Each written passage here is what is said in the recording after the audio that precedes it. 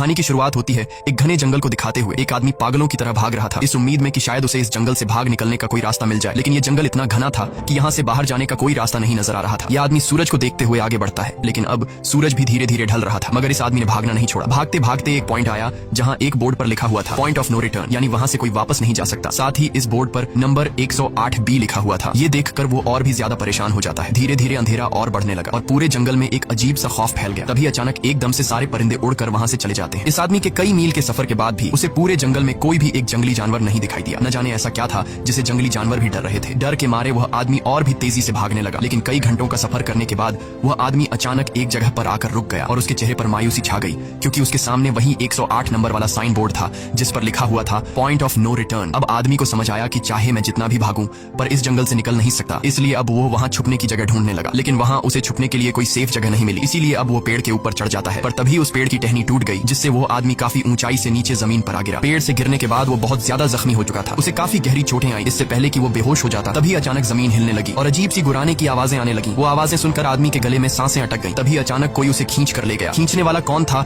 ये नहीं दिखाया गया, लेकिन हमें उस आदमी की दर्द भरी चीखें सुनाई दी गई। इस इंसिडेंट के 6 दिन बाद हमें शहर में मीना नाम की एक लड़की को दिखाया जाता है जो एक बर्ड शॉप में काम करती है। तभी उसका बॉस आता है और मीना को एक गोल्डन पैरट को शहर से दूर एक जू में डिलीवर करने का ऑर्डर देता है। मीना बॉस की बात को मानते हुए अब उस पैरट को डिलीवर करने जाती है। मीना गाड़ी में बैठकर अपने मोबाइल में उस जू का लोकेशन सेट कर लेती है और अपने सफर पर निकल पड़ती है। शहर से बाहर निकलने के बाद वो एक बोर्ड पर बहुत सारे लोगों के मिसिंग फोटोज देखती है, यानी वहाँ पर कई सारे लोग गायब हो चुके थे, लेकिन मीना उन पर ज्यादा ध्यान नहीं देती और आगे बढ़ने लगती है। आगे बढ़ते दौरान मीना शॉर्टकट लेते हुए जंगल के रास्ते से गुजरती है ताकि वो जल्दी से इस पैरट को जू तक डिलीवर कर दें, और वो पहुंच गई जंगल के बीचों बीच। ये वही जगह है जहाँ हम पहले एक आदमी को गायब होते देख चुके हैं। वहाँ आकर मीना बुरी तरह से फंस चुकी थी। वो अपने मोबाइल पर मैप देखती है, लेकिन वहाँ मोबाइल के सिग्नल नहीं आ रहे थे और उसके कार का रेडियो भी काम नहीं कर रहा था। मीना अब वहाँ से वापस निकलने लगी, लेकिन अब उसे वहाँ से बाहर निकलने का रास्ता समझ नहीं आ रहा था। थोड़ी देर बाद मीना की गाड़ी भी खराब हो गई। मीना गाड़ी से बाहर निकलती है और उसे सामने लगा हुआ वही पॉइंट ऑफ नो रिटर्न वाला बोर्ड दिखाई देता है। मीना को कुछ समझ नहीं आता, इसीलिए वो पैरट के पिंजरे को हाथ में लेकर आसपास मदद ढूंढने आगे चली जाती है, लेकिन वहाँ आसपास किसी भी मदद का नामो निशान तक नहीं था। उसके बाद वो वापस उस जगह पर लौट आती है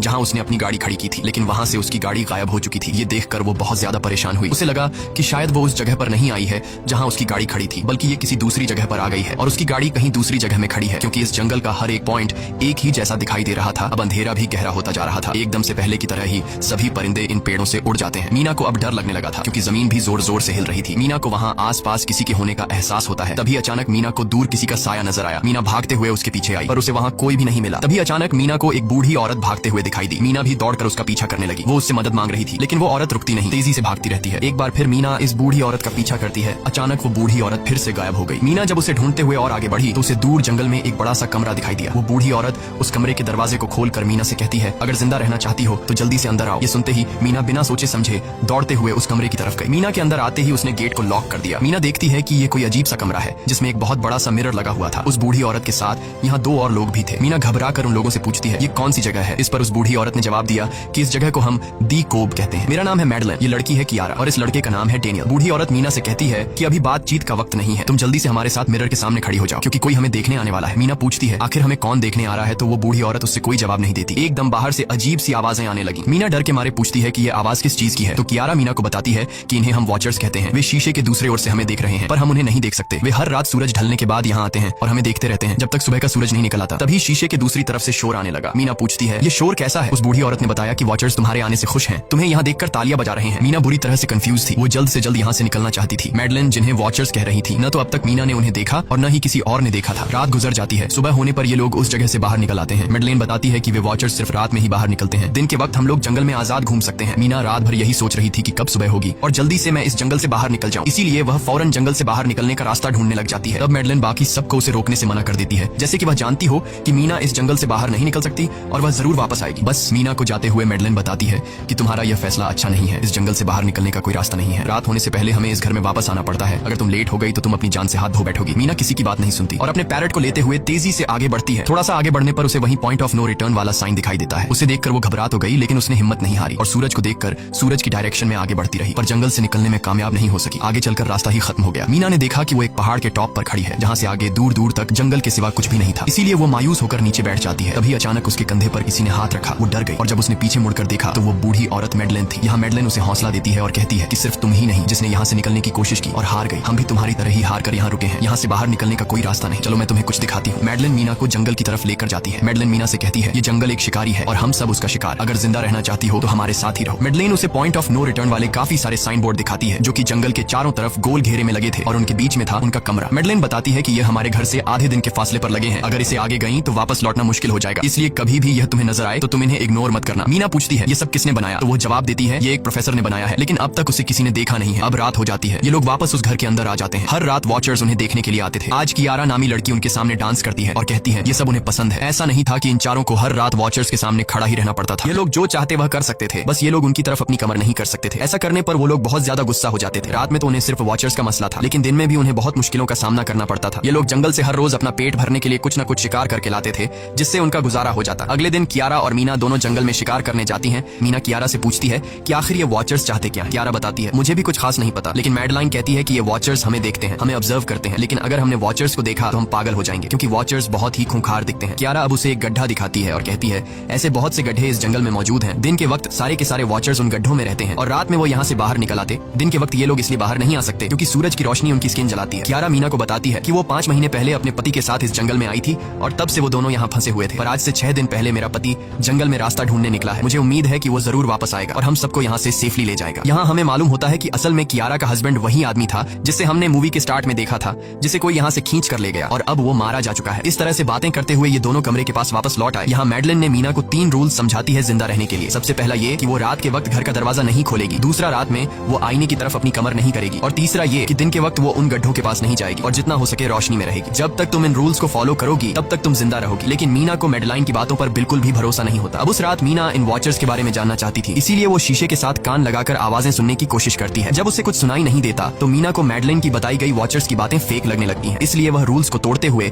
अपनी कमर को शीशे की तरफ करके सो जाती है और ऐसा करने पर इन वॉचर्स को गुस्सा चढ़ जाता है। वो लोग जोर जोर से उस शीशे को मारने लग जाते हैं। शोर से मैडलाइन भी उठ जाती है और वह जल्दी से मीना को शीशे की तरफ खड़े रहने को कहती है और तब जाकर वो वॉचर्स का गुस्सा शांत होता है। यानी जब इंसान वॉचर्स को अपनी पीठ दिखाते हैं तो वह उसे खुद की इंसल्ट मानने लगते हैं। ये रात भी गुजर जाती है और अगले दिन मीना डेनियल के साथ शिकार पर निकलती है। वो डेनियल से पूछती है क्या आज तक तुमने किसी वॉचर को देखा है, जिस पर डेनियल ने जवाब दिया कि मैंने भी आज तक वॉचर्स को नहीं देखा और जो भी वॉचर्स को देखता है वो जिंदा नहीं बच पाता। तब मीना डेनियल को समझाती है कि मुझे लगता है कि ये सब मैडलाइन की बनाई हुई कहानियां हैं जिसके अंदर वो हमें फंसा रही है। हमें जरूर उन गड्ढों को जाकर चेक करना चाहिए, शायद हमें यहाँ से बाहर जाने का कोई रास्ता मिल जाए। डेनियल भी यहाँ रहकर बहुत ज्यादा तंग हो चुका था और वो भी किसी तरह से रास्ता ढूंढकर इस जंगल से भाग निकलना चाहता था, इसलिए वो मीना की बात मान लेता है और वो दोनों गड्ढे के पास पहुंच जाते हैं। अब मीना अपने आप को रस्सी से बांधकर इस गड्ढे के अंदर उतरती है। रस्सी का दूसरा सिरा डेनियल ने पकड़ा हुआ था ताकि अगर मीना को कुछ भी हो वो जल्दी से मीना को बाहर की तरफ खींच ले। मीना नीचे गड्ढे में पहुंच जाती है जहां उसे बहुत सारा इंसानों का सामान मिलता है। मीना उस सामान को इकट्ठा कर लेती है। ये सारा सामान उन लोगों का था जो जंगल में वॉचर्स के शिकार हो चुके थे। डेनियल रस्सी के सहारे कैमरा, साइकिल और जरूरत का सारा सामान को बाहर ले आता है। मीना अब नीचे इंतजार करती है कि डेनियल कब रस्सी नीचे फेंकेगा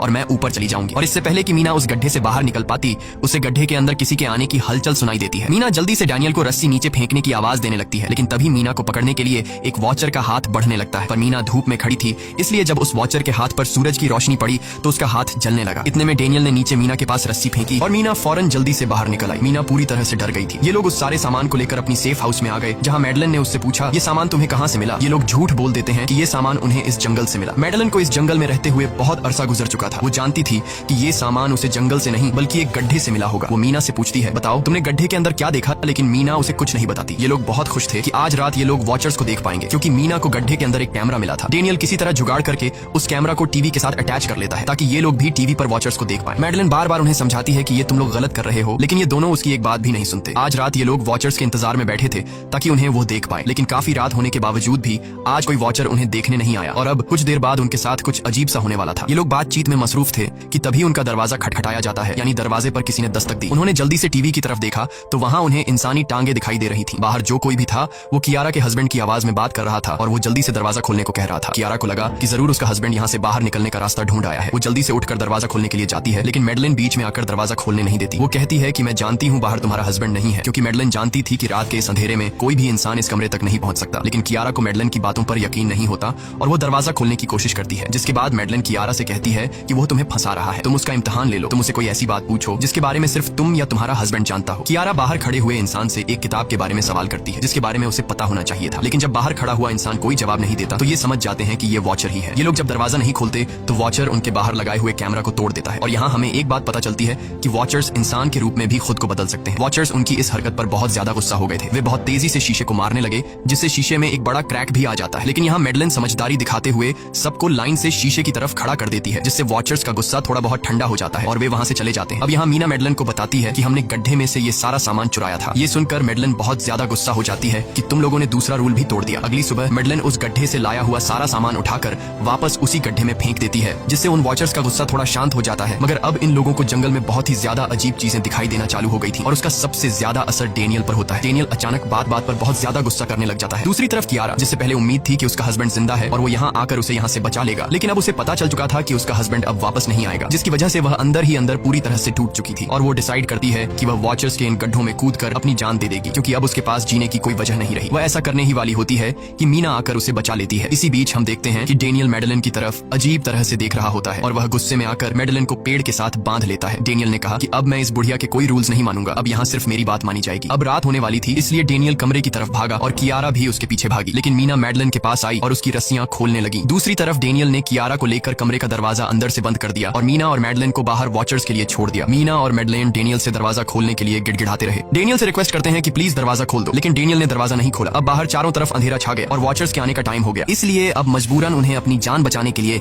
एक घने पेड़ के नीचे रहकर छिपना पड़ा। थोड़ी देर बाद उन्हें वॉचर्स की गुराने की आवाजें आने लगी। इस टाइम मीना और मेडलिन के साथ हमें भी उन वॉचर्स की एक झलक दिखाई जाती है। ये लोग लंबे पतले और खतरनाक थे। सब अपने अपने गड्ढों से निकलकर इंसानों को देखने के लिए उस सेफ रूम तक पहुंचते हैं और जब ये लोग देखते हैं कि मीना और मेडलिन वहाँ नहीं है, तो वो उनको खाने के लिए जंगल में ढूंढने लग जाते हैं। और जब ये वॉचर्स दूर जाते हैं तो मौके का फायदा उठाते हुए ये दोनों फिर से सेफ रूम तक आ जाते हैं और डेनियल से रो रो कर दरवाजा खोलने को कहते हैं। इस बार डेनियल के दिल में रहम जाग जाता है और वो उनके लिए दरवाजा खोल लेता है। अब अंदर जाने के बाद पहले तो मेडलिन डेनियल पर गुस्सा करती है और फिर इन सबको शीशे के सामने खड़ा करके वॉचर्स के बारे में कुछ बातें बताती है। मेडलिन ने कहा कि अब तक हम बहुत से रूल्स तोड़ चुके हैं, इसलिए मुझे नहीं लगता कि इस बार वॉचर्स हमें माफ करेंगे। मैं तुम लोगों को वॉचर्स के बारे में कुछ सच्चाई बताना चाहती हूँ। दरअसल मैं जब यहाँ पहली बार आई थी तो मैंने कुछ ऐसा देखा जिससे मेरे होश उड़ गए। मैंने अपना ही एक डुप्लीकेट देखा। असल में वो एक वॉचर था जो मेरा रूप लेने की कोशिश कर रहा था, हालांकि उसकी आंखें और बाल बिल्कुल परफेक्ट नहीं थे। मीना ने पूछा कि आखिर ये वॉचर्स हैं क्या चीज, जिस पर मेडलिन ने जवाब दिया कि ये सारे क्रीचर्स फेरीज हैं जो किसी जमाने में इंसानों के साथ मिलकर रहते थे। फेरीज पंखों वाले एक जादुई जीव थे, लेकिन वक्त गुजरने के साथ इंसानों को फेरीज की शक्तियों से डर लगने लगा, इसीलिए इंसानों ने फेरीज को खत्म करने का सोचा। इंसानों की तादाद ज्यादा थी, इसलिए फेरीज इंसानों का मुकाबला नहीं कर पाए। इंसानों ने इन फेरीज को जंगल में एक बहुत बड़े गड्ढे के अंदर कैद कर लिया और उन्हें श्राप से हमेशा हमेशा के लिए इस गड्ढे में बंद कर दिया। उसके बाद फेरीज कई 100 सालों तक उस गड्ढे में कैद रहे, लेकिन फिर वक्त के साथ उन्होंने जमीन के अंदर खुदाई करके निकलने के रास्ते बना लिए। आज वही फेरीज वॉचर्स के रूप में गड्ढों से निकलकर हमारे सामने आते हैं। हालांकि कई 100 सालों तक जमीन के अंदर रहने की वजह से उन्होंने अपने पंख और जादुई शक्तियां खो दी और साथ ही उन्हें सूरज की रोशनी से तकलीफ होने लगी, लेकिन अब भी उनमें रूप बदलने की शक्ति है। इस पर डेनियल ने मेडलिन से पूछा कि ये वॉचर्स हमसे क्या चाहते हैं और ये हर रात हमें देखते क्यों हैं, जिस पर मेडलिन ने बताया कि ये वॉचर्स एक बार फिर से जंगल से निकलकर इंसानों के बीच रहना चाहते हैं, लेकिन अपने असली रूप में ये इंसानों के बीच नहीं रह सकते। इसीलिए उन्होंने हमें यहाँ रखा हुआ है ताकि हमें देखकर हमारा रूप ले सकें और हमसे आज के दौर के तौर तरीके सीखकर इंसानों के बीच रह सकें। मेडलिन ये सब बातें बता ही रही थी कि अचानक सभी वॉचर्स वापस लौट आए और जब वॉचर्स को पता चलता है कि मेडलिन और मीना वापस अपने कमरे में आ गए हैं तो वो सब गुस्से से भड़क उठे और दरवाजा तोड़ने की कोशिश करने लगे। इन चारों ने टेबल को खींचकर दरवाजे के सामने रख दिया ताकि दरवाजा वॉचर्स तोड़ न सके, लेकिन वॉचर्स की ताकत काफी ज्यादा थी और इन चारों को पता चल चुका था कि जल्द ही वॉचर्स अंदर आ जाएंगे और उन्हें मौत अपनी आंखों के सामने दिखाई दे रही थी। तभी उन्होंने देखा कि टेबल को घसीटकर दरवाजे तक ले जाने की वजह से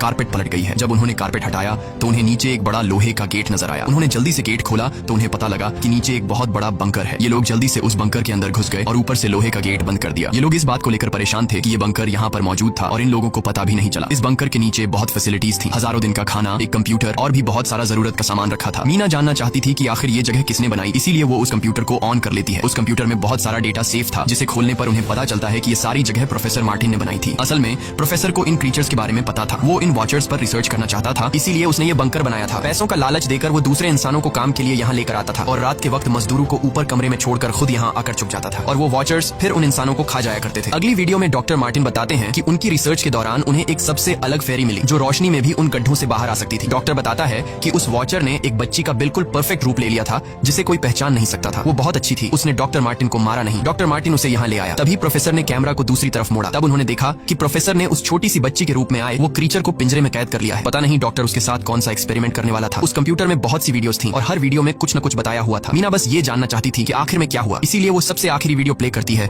जिसमें वह देखती है कि प्रोफेसर खुद को और उस फेरी को मारने वाले हैं। मरने से पहले वह इस जंगल में फंसे हुए लोगों के लिए यहाँ से निकलने का रास्ता बता देता है और कहता है कि शाम में जिस डायरेक्शन में परिंदे भागते हैं उस डायरेक्शन में भागने से वे लोग इस जंगल से निकल सकते हैं। उसने इस रिकॉर्डिंग मैसेज में कहा था कि अगर कोई इस जंगल से निकलने में कामयाब हो गया तो यूनिवर्सिटी में जाकर मेरी सारी रिसर्च तबाह कर देना। मैंने यहाँ आकर बहुत बड़ी गलती कर दी। उसके बाद प्रोफेसर ऊपर चले गए और फिर 2 गोलियों की आवाज आई जिससे उन्हें समझ समझ आया कि प्रोफेसर ने पहले उस फेरी को मारा और फिर खुद को गोली मार दी। आज रात ये चारों बहुत खुश थे क्योंकि उन्हें इस जंगल से जान छुड़ाने का रास्ता मिल गया था। अगली सुबह सभी लोग अब बंकर से बाहर निकलते हैं तो देखते हैं कि उनका सेफ हाउस उन वॉचर्स ने पूरी तरह तबाह कर दिया है और आज के दिन उन्हें लाजमी इस जंगल से निकलना होगा, वरना ये लोग मारे जाएंगे क्योंकि रात को अब उनके पास छिपने के लिए कमरा भी नहीं बचाता। ये लोग अब यहाँ जंगल से निकलने के रास्ते में बढ़ने लगते हैं। वो परिंदे जिनके बारे में प्रोफेसर बता रहे थे वे तो शाम को उड़ने वाले थे, लेकिन उन्हें शाम होने से पहले जंगल से बाहर निकलना था। इसलिए मीना अपने पास मौजूद पैरट को आजाद कर देती है। जिस डायरेक्शन में वह उड़ता है उसी डायरेक्शन में ये लोग चलने लग जाते हैं। चलते हुए रास्ते में ही उन्हें एक कब्र मिली। मैडेलिन उस कब्र को देखकर बताती है कि एक वक्त था जब ये लोग इंसानों के साथ रहते थे, लेकिन इंसानों ने उनके साथ बहुत बुरा किया, धोखा किया और उन्हें यहाँ जंगलों में फंसाकर खुद चले गए। कई घंटे सफर करने के बाद ये लोग एक नदी के पास पहुंच गए। वहाँ उन्हें प्रोफेसर का एक बोट मिला जिसको देखकर ये लोग बहुत खुश हुए, लेकिन उनकी खुशी अब कुछ ही देर की मेहमान थी क्योंकि अब अंधेरा हो चुका था और वॉचर्स के आने का वक्त हो गया था। उससे पहले कि ये लोग डॉक्टर मार्टिन की बोट में बैठकर यहाँ से दूर चले जाते तभी उन्हें पीछे से किसी की आवाज आई। जब उन्होंने पीछे मुड़कर देखा तो वो कियारा का हस्बैंड था जो मदद के लिए चिल्ला रहा था। वो बहुत ही जख्मी हालत में था। बाकी सब बोट में बैठ चुके थे, इसलिए डेनियल अकेला उसकी मदद के लिए गया। डेनियल कियारा के हस्बैंड को खींचकर बोट की तरफ लाने लगा, लेकिन तभी ये लोग बोट से देखते हैं कि डेनियल जिसकी मदद करने गया वह कोई इंसान नहीं बल्कि एक वॉचर है जिसने उनके सामने ही डेनियल का रूप ले लिया। वो लोग कुछ भी नहीं कर पा रहे थे। अब उस वॉचर ने डेनियल को मार दिया। उन्हें इस बात का पता था कि वॉचर्स इस नदी को पार नहीं कर सकते हैं और फाइनली ये लोग खुद इस नदी को पार करके शहर तक पहुंच जाते हैं। और कहानी में असल ट्विस्ट इसके बाद आया। शहर पहुंचने के बाद ये तीनों अलग अलग रास्तों पर चले गए और कुछ दिनों बाद अब मीना जल्दी से डॉक्टर मार्टिन के कहने के मुताबिक उनके यूनिवर्सिटी में उनका सारा डेटा खत्म करने के लिए आई। उससे पहले कि वह उनका रिसर्च डेटा डिलीट कर देती तभी उससे वहाँ एक टेप रिकॉर्डर मिला और उस टेप रिकॉर्डर से मीना को एक नया राज मालूम हुआ। जब हजारों साल पहले इंसान और फेरीज एक साथ रहते थे तो तब उनकी शादी भी हुआ करती थी। इंसान और फेरी के मिलन से जो बच्चे पैदा होते थे उनमें इंसान और फेरी दोनों के गुण होते थे। उन्हें हाफलिंग्स कहा जाता था। उन हाफलिंग्स में एक खासियत थी